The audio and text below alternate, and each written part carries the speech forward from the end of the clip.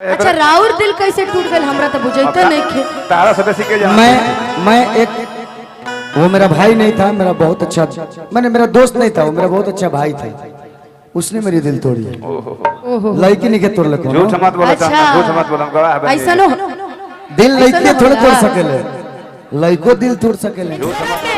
ये कहले मान के चली किन करा के हम धोखा देले बने। तू काहे देबे यार? काहे देले बनी जाने तारा? अरे आप एक कलाकार हैं, आप क्यों धोखा देंगे भाई? जानता नहीं काहे देले बनी? जहर जिंदगी में घोला बा तबाह कराबा, जहर जिंदगी में घोला बा तबाह कराबा, हमारे मुंह हवा देखबा हमारे मुंह हवा देखबा से बिया करबा। बाबू बिया हमारे उनके पापा जी हमारे भैया जी जहर जिंदगी में घोला दाना का मर जाई कल चंडीगढ़ प्रोग्राम बा। जहर जिंदगी में घोला तबाह करबू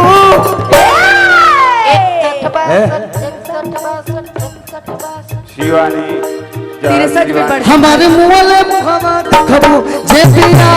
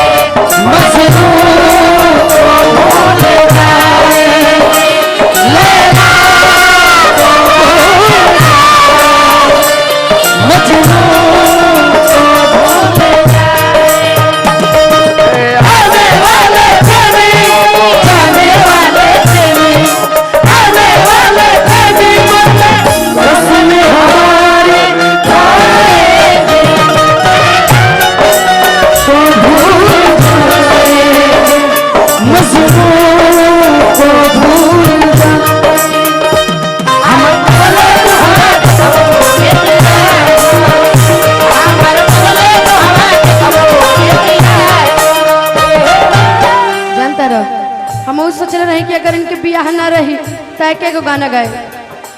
अगर न मिलते इस जीवन में लेते जन्म दोबारा, अगर न मिलते इस जीवन में लेते जन्म दोबारा, बस इतना ही साथ था हमारा हमारा तुम्हारा हमारा। कम ये बात सही है, ये बात पूरा रात भर के प्रोग्राम में एक बात सही कहल बड़ी।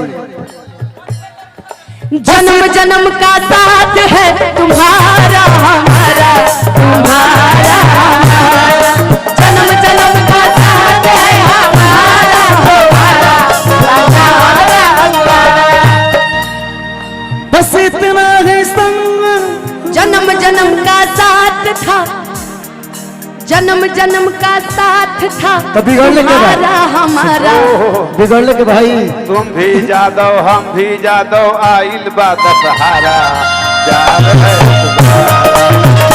जादव हम भी जादव आइल बा दशहरा। क्योंकि ना ना ना ना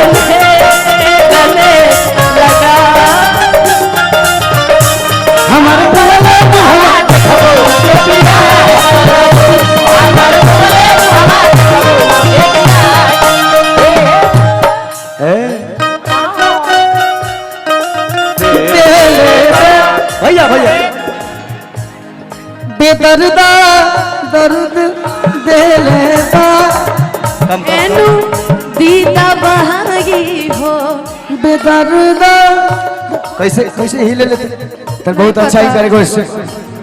नहीं आता मुझे, ये नहीं आता। अच्छा ये लो। ले ले भाई बेदर्दा दर्द देवा।